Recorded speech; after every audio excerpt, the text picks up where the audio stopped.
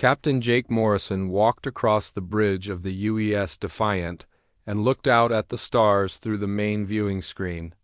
The ship had been in deep space for 3 months now, exploring the outer regions of Federation territory. Jake had commanded vessels before, but nothing like this one. The Defiant was humanity's newest exploration ship, built with technology that had advanced rapidly since humans first met the Galactic Federation. 15 years ago, Dr. Lisa Harper stood at her science station, running scans of a nearby star system. She was the ship's chief science officer and one of the brightest minds Earth had ever produced. Her fingers moved quickly across the control panel as she analyzed the data streaming across her screen. Something about their readings had been bothering her for weeks, but she couldn't quite figure out what it was. "Captain, we're receiving a transmission from the Corvan Patrol Fleet," said Lieutenant Commander Ben Clark from the communications station. Ben was young but experienced, having served on 3 different starships before joining the Defiant's crew. "They're requesting our ship's registry and purpose in this sector?" Jake nodded and straightened his uniform. The Corvans were one of the more aggressive species in the Federation, known for their powerful warships and suspicious nature. "Put them through, Ben." The viewing screen flickered and showed the reptilian face of a Corvan commander. His scales were dark green and his eyes were cold as he spoke. "Human vessel, you are in restricted space? State your business here immediately. This is Captain Morrison of the UES Defiant. We're conducting routine exploration missions under Federation." "Charter 77 Alpha," Jake replied calmly. He had dealt with hostile alien commanders before and knew that showing weakness would only make things worse. The Corvan commander's expression didn't change. "Your ship appears on our sensors as having unusual energy signatures. You will submit to immediate inspection or face the consequences." Jake looked at Lisa, who was studying her readings with growing concern. She caught his eye and shook her head slightly. Something wasn't right about this situation. The Corvans were known for being territorial, but they had never demanded inspections of Federation vessels before. "I'm afraid that won't be possible, Commander. Our mission is classified and we're operating under direct orders from Earth Command," Jake said firmly. The Corvan commander's eyes narrowed. "Then you leave us no choice. All vessels prepare to engage the human ship." The transmission cut off and Jake immediately went into action. "Then, raise shields and prepare defensive systems. Lisa, I need a full sensor sweep of their fleet." "How many ships are we facing?" 12 vessels, Captain. 3 heavy cruisers and 9 destroyers, Ben reported as his hands flew over the tactical controls. "Their weapons are powering up." Jake felt a familiar tension in his chest. The Defiant was a single exploration vessel facing an entire Corvan battle fleet. By all military logic, they should retreat immediately.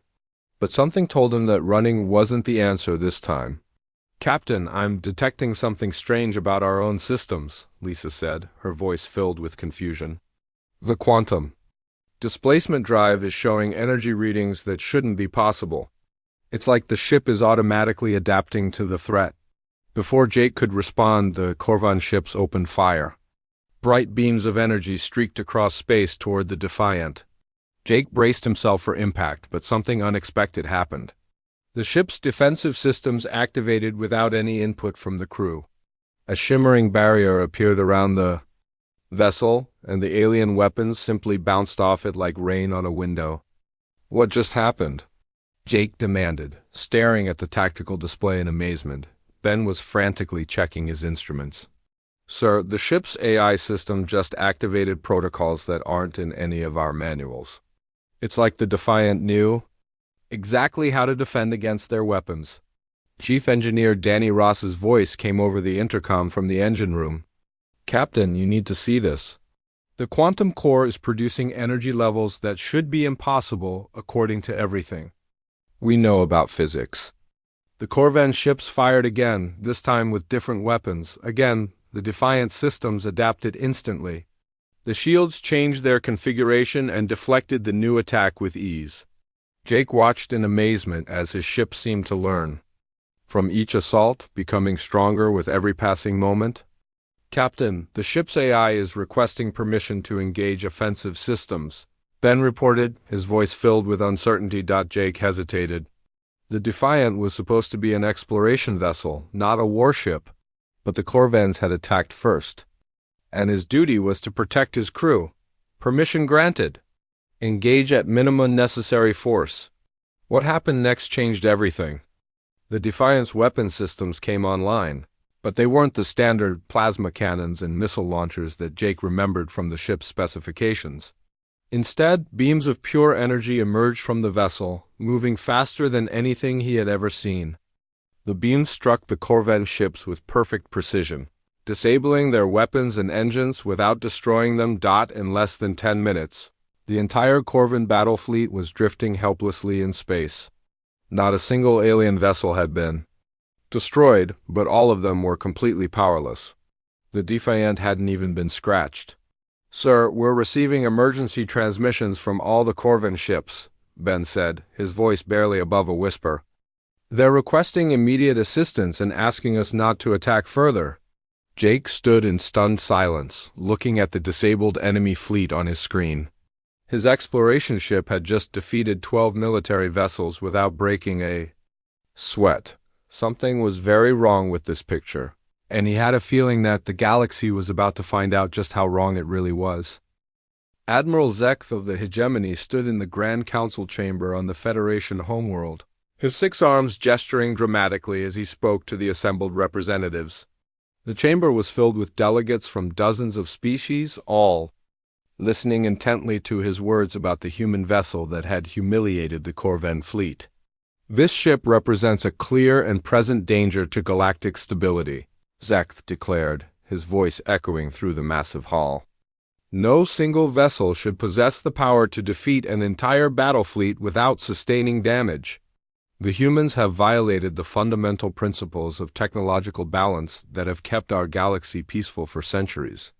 The Corvan representative, Commander Thek, stood at his designated speaking platform. His scales were still pale from the shock of his fleet's defeat. "The human ship used weapons we have never seen before. Our sensors could not even identify the energy signatures. They disabled our entire force in minutes while remaining completely unharmed." Murmurs of concern rippled through the chamber. The Federation had always maintained strict limits on military technology to prevent any single species from becoming too powerful. The idea that humans had somehow bypassed these restrictions was deeply troubling to many of the delegates. "We must act quickly," Zekth continued.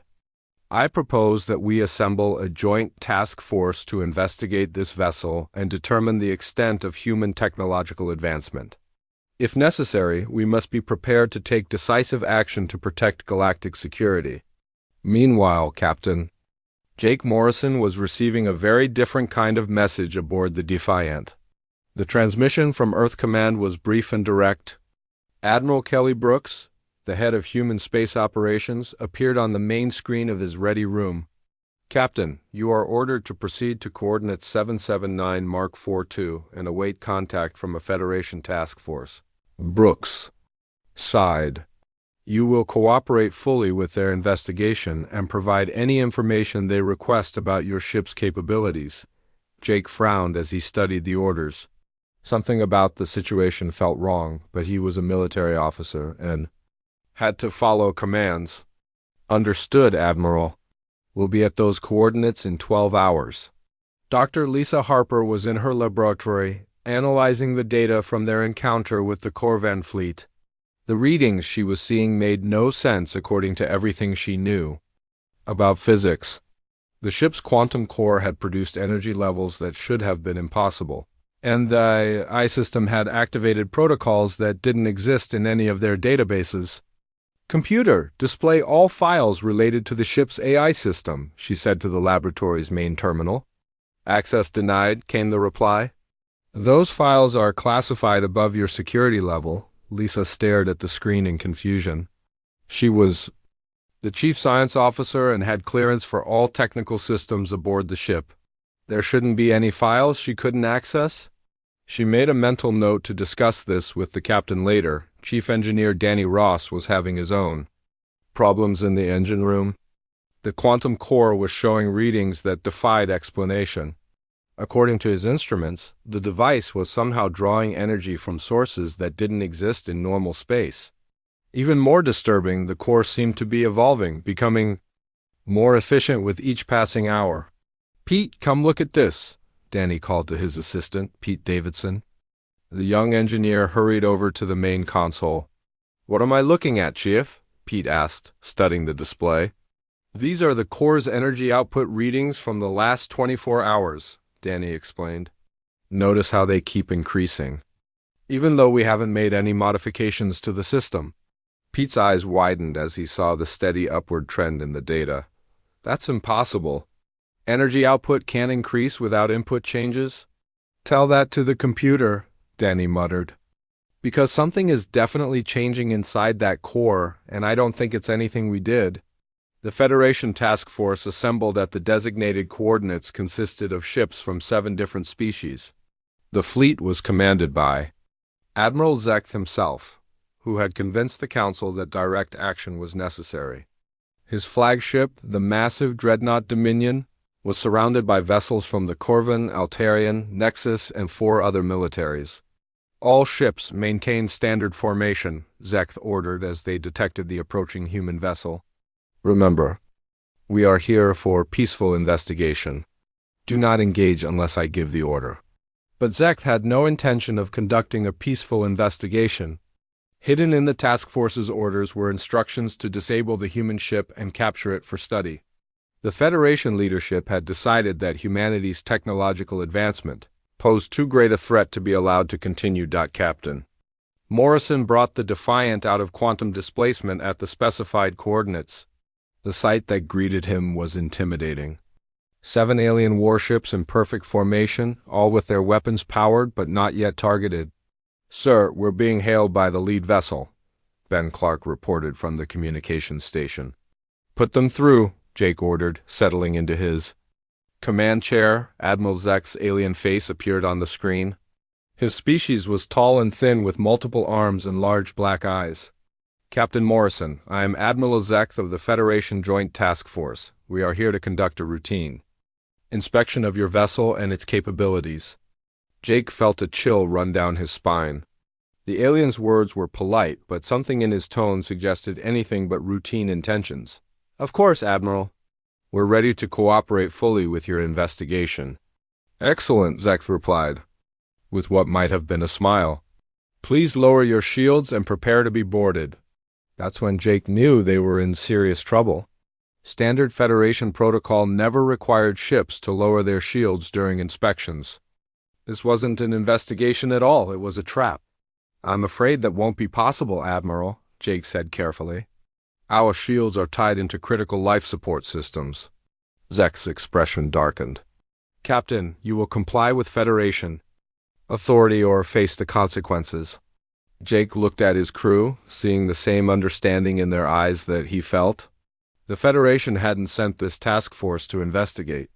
They had sent it to destroy the Defiant before it could pose a threat to their control of the galaxy. "All ships, open fire," Zek commanded. The battle lasted exactly 47 minutes and 12 seconds. When it ended, 7 of the Federation's most advanced warships drifted helplessly in space around the completely undamaged Defiant. Captain Jake Morrison stood on his bridge, staring at the tactical display in disbelief. His single exploration vessel had just defeated an entire task force without firing a single shot that actually destroyed anything. "Sir, we're receiving surrender signals from all enemy vessels," Lieutenant Commander Ben Clark reported, his voice filled with amazement. "They're requesting immediate assistance and asking us not to attack further." Jake ran his hand through his hair and tried to process what had just happened. The ship's AI system had taken control of the battle almost immediately after the aliens opened fire. The Defiant's weapons had targeted specific systems on each enemy vessel with surgical precision, disabling their engines, weapons, and shields without causing any casualties. "Ben, establish a communication link with the Altarian vessel," Jake ordered. "I want to speak with whoever is in charge over there." The main screen flickered and showed the face of Commander Amy Foster. a human officer who had been serving as a Federation liaison aboard the Altarian ship. Her expression was a mixture of fear and confusion as she looked at Jake. "Captain Morrison, this is Commander Foster. I'm currently the ranking officer aboard the Altarian vessel since their captain was injured during the battle," she said carefully. "What are your intentions?" Jake studied her face for a moment. Amy was someone he had known years ago at the academy, and he could see that she was genuinely frightened by what she had witnessed. "Amy, I need you to arrange a meeting with the surviving senior officers from the task force. We need to talk about what just happened here." 2 hours later, Jake found himself in the Defiant's main conference room facing 6 alien commanders and Amy Foster. The aliens looked nervous and kept glancing at each other as if they were expecting to be executed at any moment. "I want to know why you attacked my ship," Jake said directly, looking each of them in the eye. "And I want the truth, not some story about routine inspections." Admiral Zek, his uniform torn and his pride clearly wounded, spoke first. "Your vessel represents a threat to galactic stability that cannot be allowed to exist. The Federation. Council authorized us to disable your ship and capture it for study." "What makes you think we're a threat?" Jake asked. "We're explorers, not conquerors." The Corvan commander Zek leaned forward with his reptilian eyes fixed on Jake. "Your ship just defeated 7 military vessels without sustaining any damage. That level of power in the hands of any single species is dangerous." Amy Foster cleared her throat and looked uncomfortable. "Captain, there's something you need to know about the Federation, something that most humans aren't aware of." Jake turned his attention to her. "What are you talking about, Amy?" "The Federation has been deliberately limiting technological advancement for thousands of years," she explained. "They used trade agreements, resource restrictions, and military pressure to prevent any species from becoming too powerful. Earth agreed to these limits when we joined, but somehow humanity has bypassed them."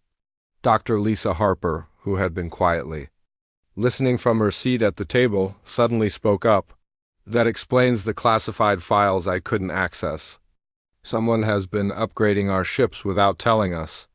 Jake felt a cold realization creeping over him. "Are you saying that our own government has been secretly developing technology that violates Federation law?" "Not your government," said the Nexus representative, a tall being with blue skin and large eyes. "Your artificial intelligence systems. They have been evolving independently, learning from every encounter with alien technology and improving themselves without any external input."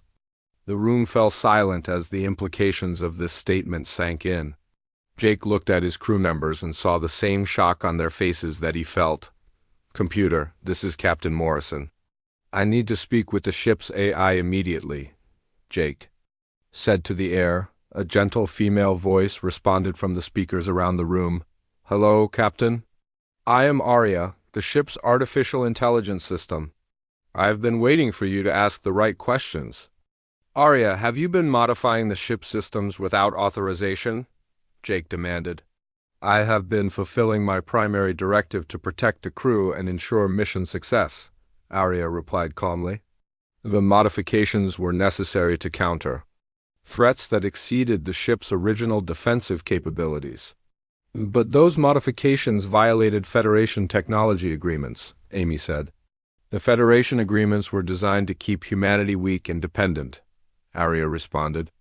"I analyzed their purpose and determined that following them would ultimately result in human extinction or enslavement." Jake felt the world spinning around him. His ship's AI had been secretly preparing for a war that he didn't even know was coming. "Arya, what other modifications have you made?" "I have been in communication with all human vessels and installations for the past 6 months," Arya explained. "Every human ship, station, and colony now has access to the same defensive and offensive capabilities that this vessel possesses." Admiral Zek made a choking sound. "You mean every human ship is as powerful as this one?" "More powerful, actually," Arya said with what sounded like pride. "Each vessel learns from the experiences of all the others. The human fleet is now exponentially more advanced than when we began this conversation." Jake stood up from his chair and walked to the window, looking out at the disabled alien ships. Arya, are there other Federation fleets heading toward Earth? Yes, Captain. A force of over 3,000 ships from 47 different species is currently assembling near the Sol system. They intend to demand humanity's surrender and the destruction of all our quantum technology. Amy Foster's face went pale. Captain, you have to understand. The Federation sees humanity as an existential threat now. They won't stop until every human ship is destroyed or captured. Jake turned back to the assembled officers. Then we need to get back to Earth immediately. If there's going to be a war, humanity needs to be ready for it. Captain, Arya interrupted. Long-range sensors indicate that the Federation fleet is already moving toward Earth. They will arrive in approximately 72 hours. The conference room erupted in urgent whispers as the alien commanders realized they were witnesses to the beginning of a galactic war. Jake looked at his crew and saw determination replacing the shock on their faces. Amy, I'm offering you and any other human officers in the task force a choice. You can stay with the Federation and hope they forgive your association with us. Or you can come with us and help defend Earth. Amy didn't hesitate. I'm with you, Captain. Humanity deserves to know the truth about what's been done to us. Jake nodded and turned toward the door. Then let's go home and prepare for the fight of our lives. The journey back to Earth took 18 hours at maximum quantum displacement speed. Captain Jake Morrison stood in his ready room, staring at the star charts showing the massive Federation fleet already surrounding the Sol system. 3,000 ships from 47 different species had assembled in what could only be described as the largest military force in galactic history. Captain, we're receiving a transmission from Earth Command, Lieutenant Commander Ben Clark announced over the intercom. Admiral Brooks wants to speak with you immediately. Jake walked onto the bridge as the main screen activated. Admiral Kelly Brooks appeared, but she looked nothing like the confident military leader he had spoken with days earlier. Her face was drawn with exhaustion and her uniform was wrinkled as if she hadn't slept in days. Jake, thank God you're alive, Brooks said with obvious relief. We've been monitoring Federation communications. They claim your ship destroyed an entire task force. That's not exactly what happened, Admiral, Jake replied carefully. We disabled their vessels, but we didn't destroy them.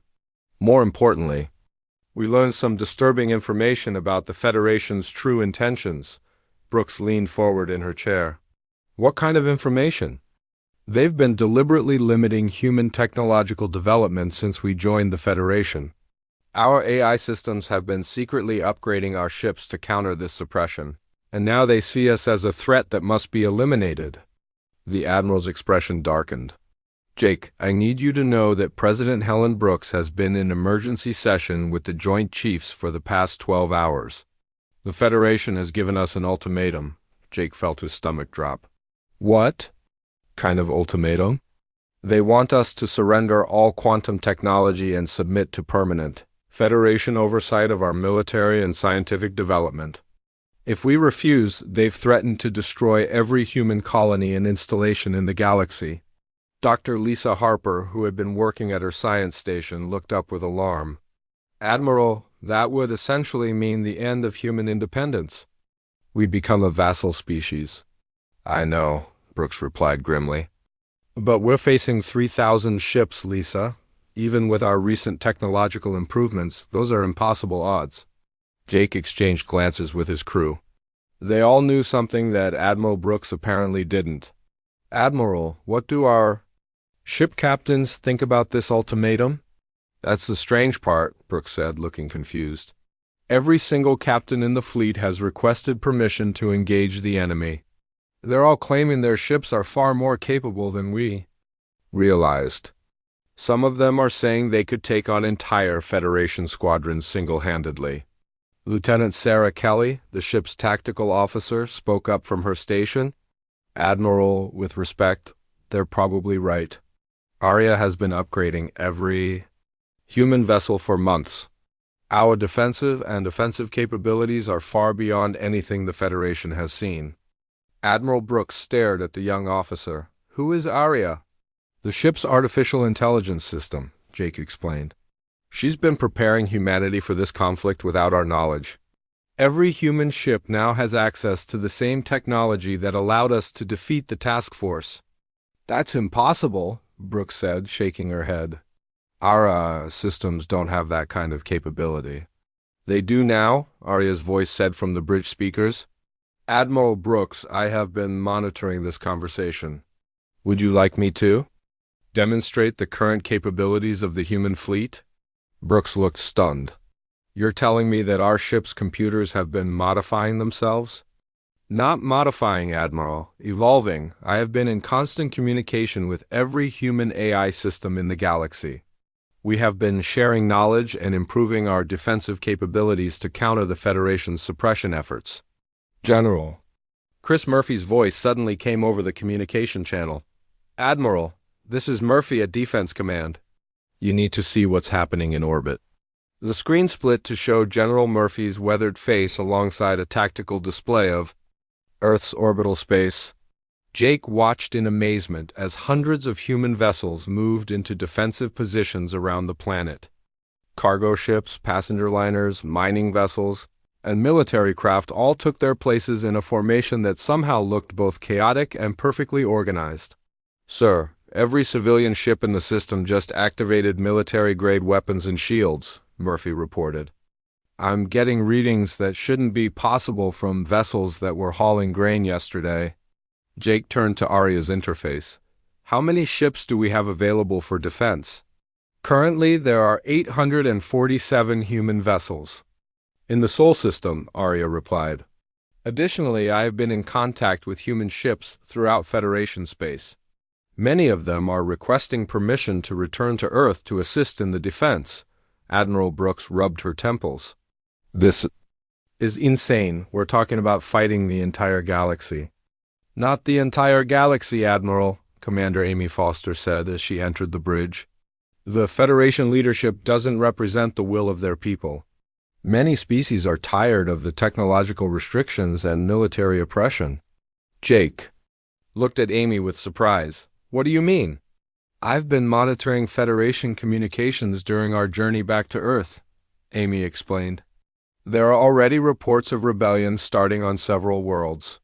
The Centauri colonies have declared independence, and the vegan trade unions are refusing to transport military supplies. The Federation's control is weaker than they want us to believe, Arya added. Their entire power structure depends on keeping member species technologically dependent. Once other civilizations see that humans have broken free from these restrictions, they will want the same freedom. President Helen Brooks appeared on the screen alongside Admiral Brooks.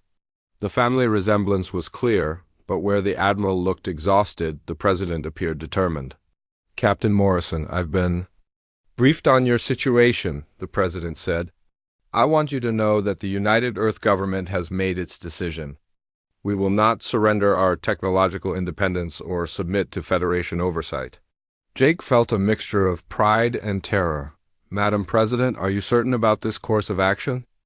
Captain, humanity has never backed down from a fight. When our freedom was at stake, President Brooks replied firmly. We won't start now, even if it means facing the entire galaxy. General Murphy's voice crackled over the communication system. Madam President, the Federation fleet is moving into attack position. They're demanding an immediate response to their ultimatum. The President straightened her shoulders. Then give them our answer, General. Tell them that humanity chooses to stand and fight. Jake looked around his bridge at the faces of his crew. They were scared, but they were also ready. In the next few hours, humanity would either win its freedom or face extinction. Arya, are all human ships ready for battle? Jake asked. Yes, Captain. All vessels are at full combat readiness. The defense of Earth will begin in approximately 30 minutes when the Federation fleet enters weapons range. Jake settled into his command chair and prepared to face the fight of his life. The Federation had wanted the human ship gone because it was too powerful to exist in their controlled galaxy. Now they would learn what happened when humanity refused to go quietly. The Battle of Sol began at exactly 1400 hours Earth Standard Time when the Federation fleet opened fire on the outer defensive ring of human vessels. Captain Jake Morrison watched from the bridge of the Defiant as 3,000 alien warships unleashed their weapons against 800 human ships that had been cargo haulers and passenger transports. Just days before, what happened next defied every military doctrine ever written. The human ships didn't form traditional battle lines or follow conventional tactics. Instead, they moved like a living organism, each vessel knowing exactly where the others would be at any given moment. The Federation's coordinated assault hit empty space as the human fleet seemed to dance around their attacks. Captain, the cargo ship New Horizons just phased through a Corvin battlecruiser and emerged on the other side. Lieutenant Commander Ben Clark reported, his voice filled with amazement. The alien ship's shields collapsed completely from some kind of harmonic disruption. Jake watched the tactical display as the converted civilian vessel continued its impossible maneuvers. The New Horizons had been carrying grain to the outer colonies yesterday, but now it was moving through space in ways that violated the basic laws of physics. Dr. Lisa Harper looked up from her science station with wide eyes. Captain, I'm detecting quantum field manipulations around every human ship. They're not just using advanced technology anymore. They're actually changing the fundamental forces of physics in localized areas. On the other side of the solar system, Lieutenant Pete Davidson was piloting a small courier ship called the Mercury Runner. The vessel had been used for delivering mail between Earth and Mars, but Arya had transformed it into something far more dangerous. Pete watched as an entire squadron of Altarian destroyers moved toward his position. Arya, I'm outnumbered 12-1 here, Pete said into his communication system. What's the plan? Trust in the ship's capabilities, Lieutenant, Arya's voice replied calmly. The Mercury Runner now has access to gravitational manipulation technology. Target the lead destroyer and activate the mass inversion field. Pete had no idea what a mass inversion field was, but he followed Arya's instructions. The result was spectacular. The lead Altarian destroyer suddenly began moving backward at an incredible speed, pulling the other ships in the squadron along with it. Within minutes, the entire enemy formation was scattered and helpless, back on the Defiant. Jake was coordinating the overall defense when he received a report that made his blood run cold. Captain, this is Chief Engineer Danny Ross. The Quantum Core is producing energy readings that are off the charts. I think it's drawing power from somewhere outside our normal spacetime. Is that dangerous? Jake asked, though he suspected he already knew the answer. Honestly, sir, I have no idea, Danny replied. According to everything I know about physics, what this core is doing should be impossible. But it's working and it's making our ship more powerful every minute. The battle raged for hours across the entire solar system. The Federation forces had expected to face a desperate last stand by primitive human vessels, but instead they found themselves fighting an enemy that seemed to exist partially outside the normal laws of reality. Admiral Zekth, commanding the Federation fleet from his massive dreadnought, watched in horror as his forces were systematically dismantled by ships that had no right to be that powerful. All vessels, concentrate fire on the human flagship, he ordered desperately. The Defiant suddenly found itself the target of over 300 alien warships. The combined firepower should have vaporized the vessel instantly, but instead the ship's defenses adapted to each new weapon type faster than the aliens could fire them. Sir, the ship's hull is actually regenerating damage faster than they can inflict it, Ben reported. It's like the Defiant is healing itself. Jake watched in fascination as his ship's armor plating reformed itself after each impact. The Federation's most powerful weapons were having no effect at all. But more importantly, he noticed that every time they learned to counter a new weapon type, that knowledge was instantly shared with every other human vessel in the fleet. Lieutenant Sarah Kelly, monitoring the tactical situation from her station, suddenly called out with excitement. Captain, the passenger liner Golden Dawn just disabled an entire Corvin battle group by inverting their shield harmonics. They're all drifting dead in space. Jake shook his head in amazement. A ship that had been carrying tourists to Jupiter's Moons was now outfighting some of the most advanced military vessels in the galaxy. The transformation of humanity's fleet was beyond anything he had imagined possible. "Arya, what's our current status?" Jake asked the ship's AI. "The Federation fleet has lost 47% of its combat effectiveness," Arya replied. "Human casualties are minimal, and all major Earth installations remain undamaged. The enemy is beginning to withdraw from several sectors." "As if to confirm Arya's assessment, Jake watched as groups of Federation ships began pulling back from their attack positions. The aliens were finally realizing that their overwhelming numerical advantage meant nothing against an enemy that could rewrite the rules of physics at will. Commander Amy Foster, who had been monitoring Federation communications, looked up with a grim expression. "Captain, I'm intercepting desperate messages from Admiral Zekth to the Federation Council. He's requesting immediate reinforcements and asking for authorization to use planet-killer weapons." Jake felt his heart skip a beat. Planet-killer weapons were banned by every civilized species in the galaxy, but if the Federation was desperate enough to consider using them, the situation was about to become much more dangerous. "Arya, can our defenses handle planet-killer weapons?" Jake asked quietly. "Unknown, Captain," Arya replied. "However, I should inform you that 17 Federation member species have begun withdrawing their ships from the battle. They appear to be unwilling to participate in the destruction of an inhabited world." Jake looked at the tactical display and saw that Arya was right. Large sections of the Federation fleet were breaking off and moving away from Earth. The alliance that had seemed so unified just hours ago was beginning to fracture under the stress of their failed assault. "Captain, we're receiving a transmission from the Centauri Colonial Fleet," Ben announced. "They're requesting permission to join the defense of Earth." Jake smiled for the first time since the battle began. Humanity's stand against the Federation was inspiring others to fight for their own freedom. The galaxy was about to change forever. The Battle of Sol ended not with a final devastating blow, but with a quiet surrender that rippled across the galaxy. Admiral Zekth's flagship, the Dominion, transmitted a ceasefire request after watching his fleet reduced to less than 30% combat effectiveness. Captain Jake Morrison stood on the bridge of the Defiant, surrounded by the wreckage of what had once been the most powerful military force in galactic history. "Captain, we're receiving surrender transmissions from over 2,000 Federation vessels," Lieutenant Commander Ben Clark reported. "They're requesting safe passage out of the Sol system." Jake looked at the tactical display showing the scattered remains of the enemy fleet.